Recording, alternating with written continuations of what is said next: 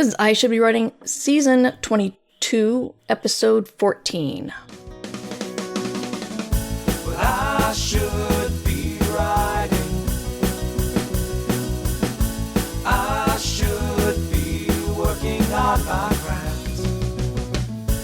I should be writing.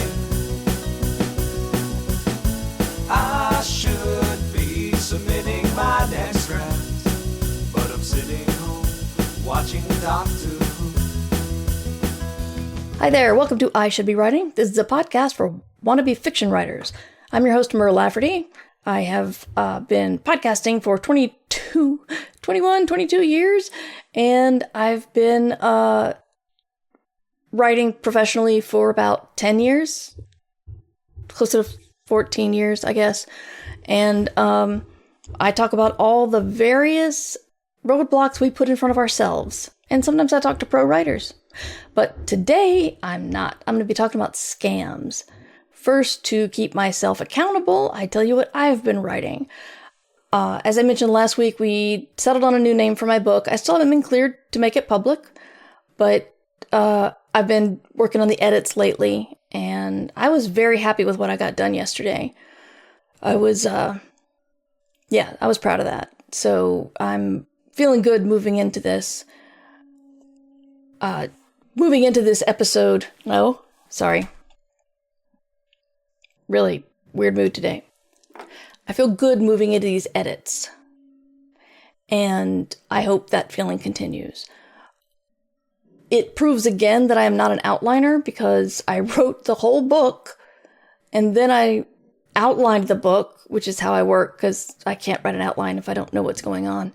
And then I did a revised outline for the edits.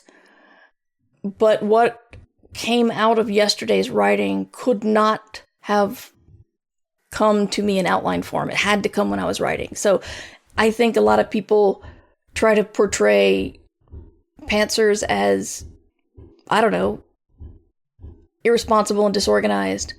And like outliners are the goal. Which, as a pro writer, it kind of is. Because you want to sell a book on an outline instead of writing the whole book. Because if you're a career author, you don't make money while you're writing books, which is what an advance is good for. But that doesn't necessarily mean that the story is going to be any good if you need to be a pantser to find it. That was my little public service information. I'm currently reading... What am I reading? It's all a blur. Oh, right. I have to look it up. I was prepared for the meat of this. Strange Brew Apothecary by Rustin Lovewell, excuse me. And it's a sort of adventure fantasy about a group of snake oil salespeople. And it turns out that one of the people with the group has the ability to make magical elixirs. And they run across some people who don't like magic or people who cheat at all. And so it gets very violent. And I think I'm too used to reading cozy fantasy because I realized pretty quickly once someone's throat was slit, this was not a cozy fantasy. People are still writing just fantasy. So I'm enjoying it. And as for TV, I just finished Widow's Bay, and it was pretty awesome. I know those of you watching live are going to know this. What I hope is that you will encourage others to view this or watch this podcast or listen to the podcast because this is so important. I've been frustrated for years that people still make very poor decisions when the internet, before recent AI events, internet is a very easy way to find out if something's too good to be true. And yet people still fall for scams. And it frustrates me. It breaks my heart. It's just like, it doesn't have to be this way. So people have always been scamming authors. There's the whole Publish America debacle where they say they're a publisher, but you end up paying them and they don't really do a lot to sell the book. I've spoken before about how money always flows towards the author. And what that means is if you need to do something with your book, for example, self-publishing, then yes, you need to pay your cover designer, you need to pay your editor. But if someone wants to be your quote-unquote publisher or agent to sell your book, and they ask money from you, that is the wrong direction. Those people need to make money by selling your book. They get money from readers, not authors. If they get the money from the authors, think for a minute. Why would they care to work to sell to readers? They already made their money. So, keeping that in mind, there are scammers. It's easier than ever for scammers to find you and find your work. I'll start with the one that really made me want to do this podcast because it's so ridiculous. It is so obviously AI. It's incorrect in so many ways and is laughable. And I wanted to write back and just say, you're so wrong. It hurts me. It hurts me how stupid you are. Except I would be arguing with the AI, not a person. And if it is a proper scammer, they would just write me off as, okay, I won't get this mark. I'll go for the next one. But I want to read these to you. I'll try to slim it down because there's a lot. There really is. But I kind of want to see if you can spot everything that's wrong with this. First, it's telling me a whole bunch of stuff I already know. Dear Mer, I want to tell you something and need you to really hear me. You've written a Star Wars novel. You've been nominated for the Hugo and Nebula Awards. You host 2 Hugo-winning podcasts. Mistake 1. You created the Afterlife series, The Shambling Guides. It's like, yeah, you're reading off what your ChatGPT incorrectly gathered about me. Your voice is sharp, funny, and deeply humane. You understand world-building character in strange places where science fiction meets the human heart. So I'm not here to flatter you, even though you just did that. I'm here to point out a corner of your catalog that's been quietly forgotten. Interestingly enough, that is true. From the Depths, Silver, The 4 Lessons of the Great Chila is a novella set in the Numenera universe tied to the video game Torment, Tides of Numenera. Again, this is reading exactly like AI. This is a book report. It is the 5th book in a series of digital novellas. It has 43 ratings on Goodreads, a 3.42 average star, and it has been out since 2016. So first you flatter me, and then you just vomit up the facts about this novella. The funny thing is, I had forgotten I wrote this novella. I forgot about it because it was work for hire. And frankly, while I'm proud of my writing, I don't cling to the work for hire stuff too tightly because it doesn't matter. That is the most interesting thing about this BS, which is it doesn't matter. It doesn't matter to me at all. I mean, no, I don't want people to hate my work, but if it suddenly got Bigolus Dickolus attention and started selling like wild, I don't see anything. Yes, this is the book that least affects you if it is more successful. Thank you, Valerie. That's exactly it. So let me talk about the market value and movement in your niche right now. Licensed tie-in fiction is a strange and fragmented market. Readers who love the game may never find the novellas. Readers who love your work may not know you wrote for this universe. The successful tie-in authors, please sit down. You're going to need to sit down. The successful tie-in authors, people like James S.A. Corey, The Expanse, and John Scalzi, The God Game, have mastered one thing, cross-promotion. They mention their tie-in work in their newsletters, on their social media, in the back matter of their original novels. What is the God Game? I know Scalzi wrote the God Engines. Is there a Scalzi thing called the God Game? Anyway, see, I always feel like I've been talking to people who've been listening to me for decades. Just in case you're new, there's no harm in knowing this, but you need to know it, is that John Scalzi and James S.A. Corey do not need tie-ins. They don't need that boost to their name. They don't need the income.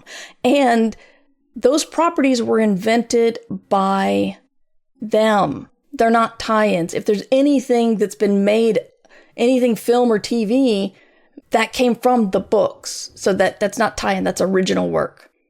That was not, the Expanse TV show did not exist first, and then they wrote the novels. That's not how it worked. Also, John Scalzi does not have a newsletter. I am 99% sure of that. And Ty Frank, half of James S.A. Corey, I know him, and I don't think he has a newsletter. Ty's not a newsletter kind of guy. Yes, blog maybe, but no, it specifically says they're newsletters. They mention you have not. Your Hugo-winning platform, your 2 podcasts, your newsletter, all of them could drive readers to this forgotten novella, but you have not used them. And here's where it again goes into an area that it knows nothing. The novella also suffers from being part of a series that's not clearly bundled or described. A reader who picks up book 5 without context may be confused. The low average is based only on 43 ratings, which is statistically meaningless. And few new 5-star reviews would lift it significantly. But those reviews will not come unless you ask. And now the pitch. My name is Olivia. I'm a book marketing and visibility strategist. I read science fiction and fantasy, and I have followed your career for years. If Olivia's following my career, that probably means she's listening. Olivia, stop. Just stop. Basically, all of this is how to leverage my newsletter and my podcast to let people know about this forgotten novella. Second, the novella is not cross-promoted with your original work. A reader who finishes 6 weeks or solo has no idea you wrote a Numenera novel. The fix is to add a note in the back matter of your other ebooks. Again, I don't control the ebooks. I don't control the print books. These are printed by publishers, and they decide what goes in and does not go in the book. I could write, hey, check out this novella from a game you've never heard of, and they would probably tell me to take it out. You don't get to use the back matter and front matter of published works when you have a publisher. Now she's on me about the Amazon description is poor. Again, no control. I did not put it on Amazon. The categories and keywords are missing or too broad. Fixing it is a 10-minute fix that costs nothing, except for the fact that I would need to figure out who to contact who has control of these publications and convince them to fix the keywords for a novella from 2016. So the novella is part of a series, but there's no clear series page or bundle. I need to fix that book and the other books in the series. Again, nothing I wrote and nothing I control. The price point may be a barrier. I don't see the price from the data, but if it's over $2.99, consider lowering it to $1.99 or 99 cents. A low price encourages impulse buys. It's like, it's just, there's just so much wrong. There's so much wrong of assuming what I own and the book report framing of it, and I'm just speechless. I'm trying to talk about it on my podcast, and I'm speechless because it's terrible. So here's the deal. Here's how I spot these things immediately. I have sold movie options before. I have, received publishing deals before. And so I know what they sound like. And I promise you, they don't sound like this. They don't open with word vomit of how awesome you are, acting like they know you when really they use just vague enough language to say, here's what you've accomplished and here's how people describe your work. Sometimes they'll grab a scene. Like, oh, when this person did this, or the way this person approached this was really interesting and had me hooked. If it reads like a book report, it's AI. If it is so flowery with its praise, it's a fake. And I'm sorry, it's like if you're out there with lots of money and you want to buy options to books and you write like this, get someone to write it for you. In fact, someone contacted me regarding an option rights, and I will, with obvious edits, read that to you because the language. Hi, Mer. I'm an independent producer based in city. I started my career at Place, and then Place. My last film, title, premiered here, starring 2 actors. I want to know if the rights to your book are available. Thanks so much. It's like you don't even have to work hard. It's like what the AI is doing is working so hard to sound legitimate. It wraps around the other side and sounds like the kid who wrote the book report based on ChatGPT. Now that I believed, and I sent it to my agent. Maybe something cool will come of it. I hope so. But it's, yes, short and sweet. Credentials, what they want. Bye. The book title's not even in the email. It's in the subject.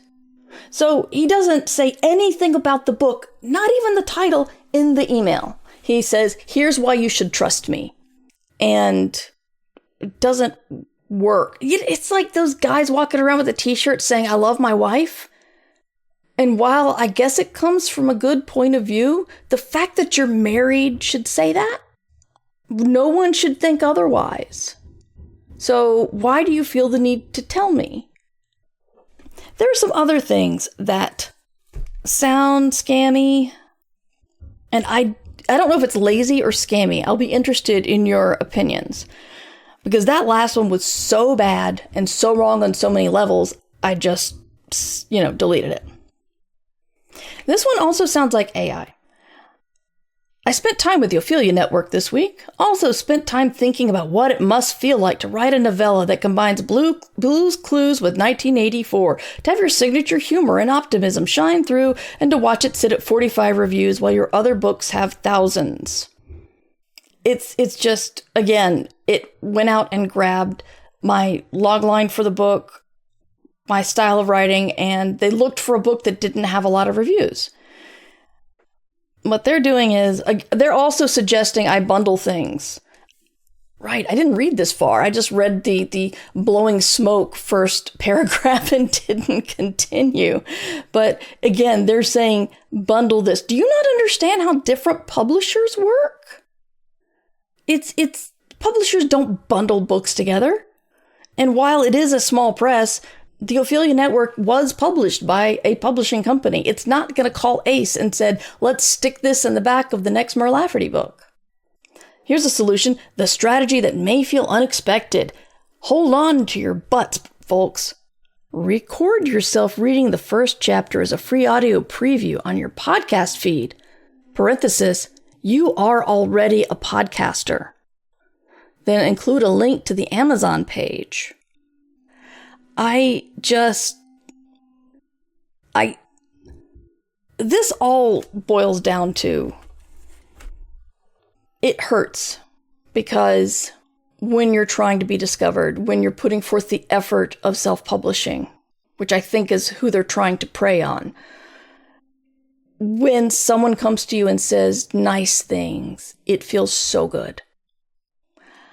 Even if a part of your brain's going, you don't sound right. You don't sound human. Maybe it's just that's what a professional publicist or book marketing strategist sounds like. Maybe that's the language they use, and I don't know because I've never been published before. There's probably a red flag going off somewhere. But you love to finally hear some recognition. And you think, yeah, I do need help.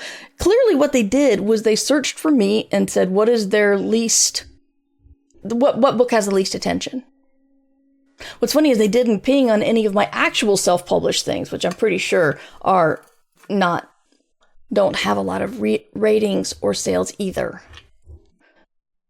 During the ad break, Valerie said, the AI is selling you to yourself. Legit people are selling themselves to you. It's a lot like the money thing, Publishers say, I want to take your book and I want to sell it so you and I can make money. Scammers say, I will publish your book. You should pay me to do that. People who actually want to work with my book say, I'd like the rights. Who do I talk to? They don't need to they don't need to flatter me. Saying, I would like to give you money for your work, that's all the flattery I needed. Honestly. It's clear he likes it or he wouldn't be asking for it. Cheryl says, I get these daily. I can spot them because it only talks about information available publicly from marketing materials, not details found reading. That's an excellent point, Cheryl. Thank you. Underpope got one of these for a book that you have is an anthology of a story. And again, Underpope doesn't have the rights to change that at all. Are they talking to an amnesia patient? Right. Okay, Kimmy says, I feel like there's something to be said about our insecurities and our unwillingness to believe that our qualities can stand on their own. That makes the flowery prose appealing. Yeah. There's another thing that's really bad that I almost bid on because they're getting good at catfishing. I was approached by someone saying they were an actual editor at an actual publisher, that they took his picture off the website and they worked real hard to make this look legit.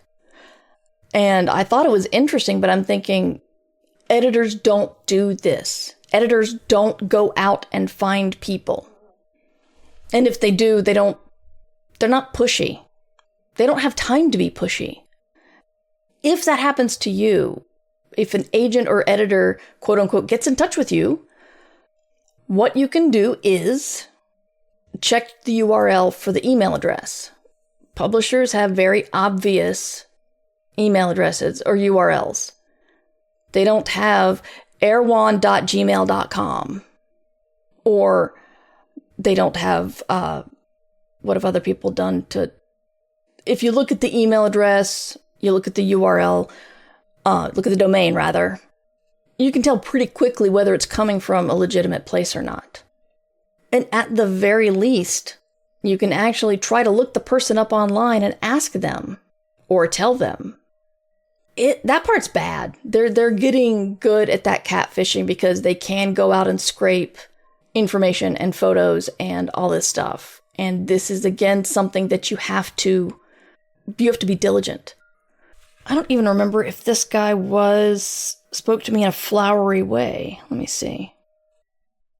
Here it is, yes. My name is blank. I'm associate editor at this publisher. I recently spent some time looking into your work. I was struck by the inventive blending of classics mystery structure with speculative science fiction, as well as the sharp, self-aware tone that distinguishes your storytelling. Yeah, AI. Editors don't talk like that. And they're not going to write you a 3-paragraph pitch letter. If they want to talk to you, they'll contact you, ask if you have an agent, and you could point them somewhere to talk to, or ask to get on the phone because the phone is faster. Now, I sent this to my agent because I had not seen this scam before. I forget who it was. I apologize for that. But I asked somebody about this, and I wanted to know what their goal was.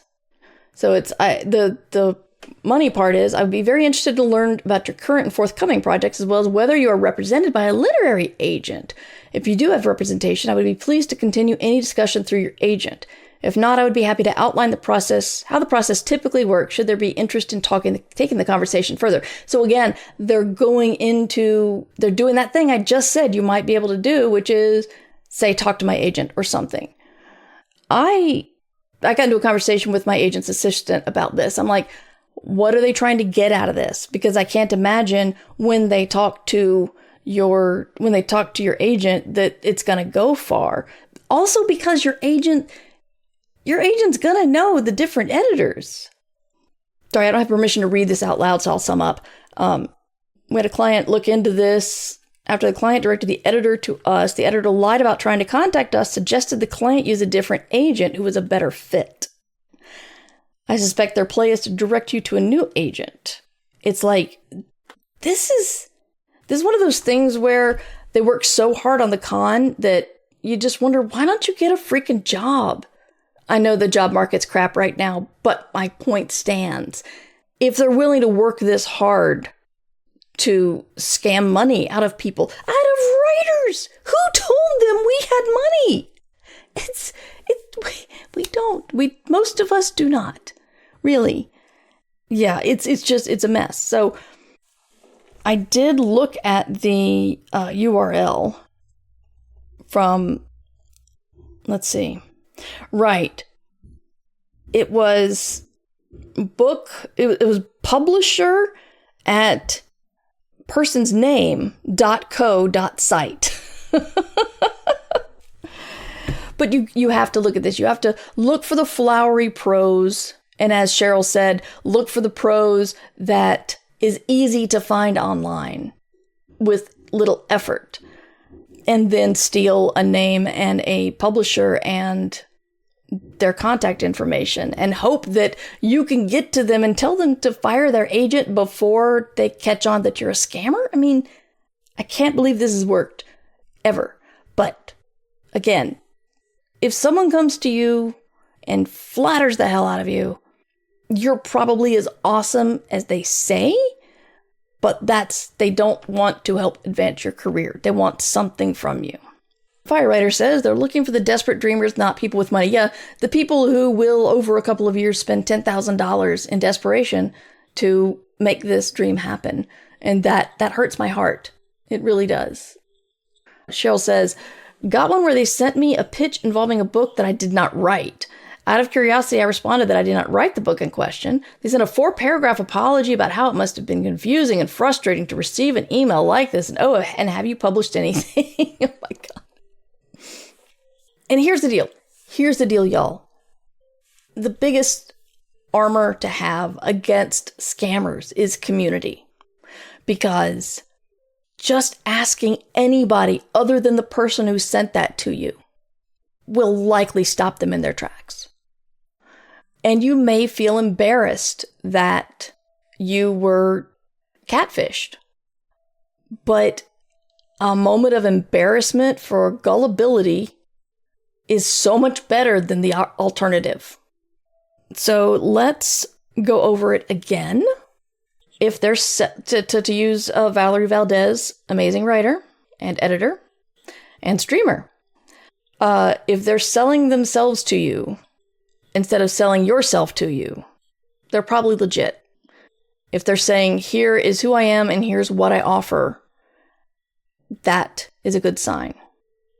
Check the email address or any link in there. And if it doesn't go to a legitimate, again, this is something you can find out in a second if you use a search engine.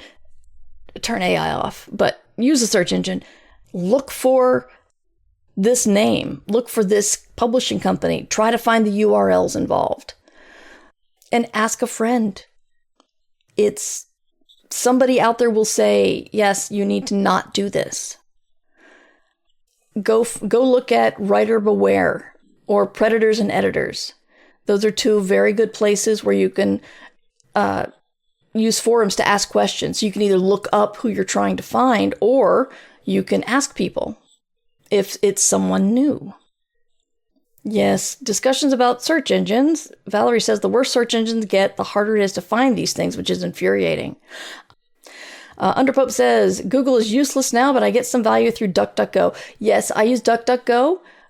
The key thing about that is they have AI, but you can turn it off. You can even tell them not to include AI images when you do an image search. And so that helps. Where my thing fell through is I was looking for a specific GIF and it took me to a site that said, here are like 15 iconic Rachel moments. And on that site was a AI generated GIF. Yes, Cheryl, thank you. They will use legit URLs for their sites, like in their signatures, but the email will not match that domain. That is the key. You look who sent it to you, look at the email address. If there's anything about it that seems weird or fishy or not connected to a publisher, it's a scam. While, yes, I know editors and agents will have personal email addresses, they're never going to use that to approach a writer. It's unprofessional and it's not something that the company can control. Because they can turn that email off or on and it's work-related email and they own it. And there's some privacy issues with that, but that's why you have your own personal email account. But I've been using Ecosia as a search engine, and it's been happy with it. I have not heard of that one. Ecosia. Interesting. Oh, Underpope says, Pinterest is useless. They say you can turn off AI results, but it doesn't work. That's a shame. I lost interest in Pinterest a while ago, though. Okay, what I'm getting to, and here's what I'm going to say. I think the key is community.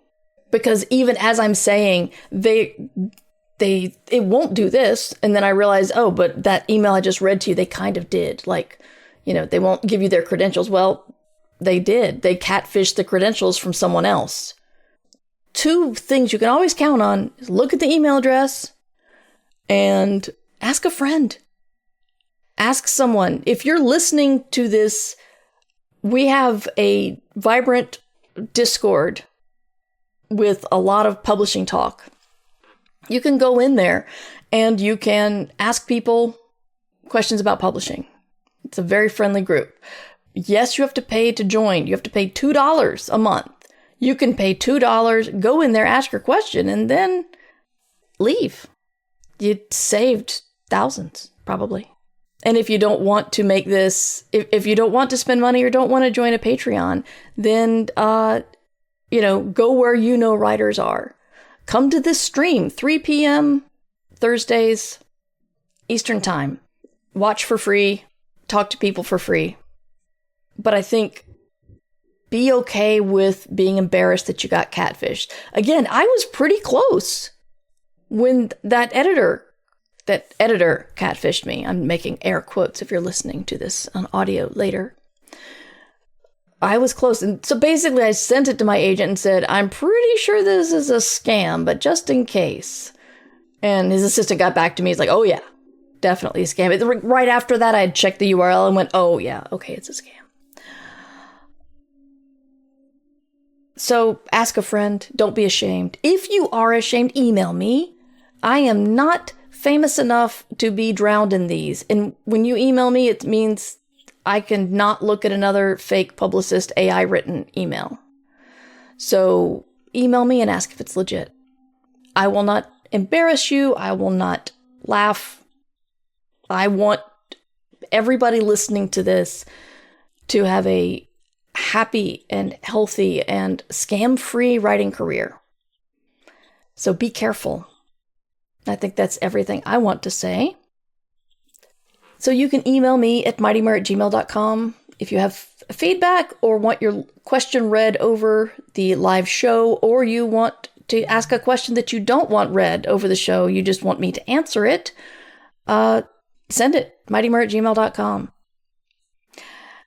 And you can see the blog and show notes at murverse.com. And my books are in the most stores. So they'll be on bookshop.org. They'll be at your friendly local bookstore. They'll be on the big sites. So if you want to read my space murder mysteries or my urban fantasy, you can do that. Or my Star Wars book, which I sort of get royalties are, but I'll tell you, the royalties are 1%. And the book came out in 2018. And I haven't earned out yet. So I don't think that's going to happen. So it still feels like a work for hire that won't ever produce anything. But yeah, don't do the 1% thing, guys. It's nothing. Absolutely nothing. But anyway, and that's me. I am going to be back next week on Thursday. I am going to be buckling down to work on my book for the next 4 weeks. That's pretty much it.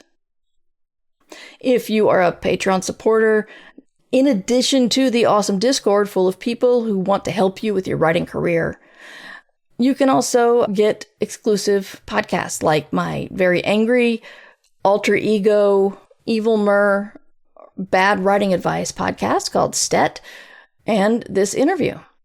So we're going to go do that. Until then, you guys should be writing. Thank you for listening to I Should Be Writing, the longest running writing podcast in existence. This episode was made possible by the fabulous who support the podcast via Patreon or Substack. Join the Fabulous at patreon.com/mightymur or mightymur.substack.com. Theme music provided by John Anelio. Art provided by Numbers Ninja. And podcast hosting provided by Libsyn.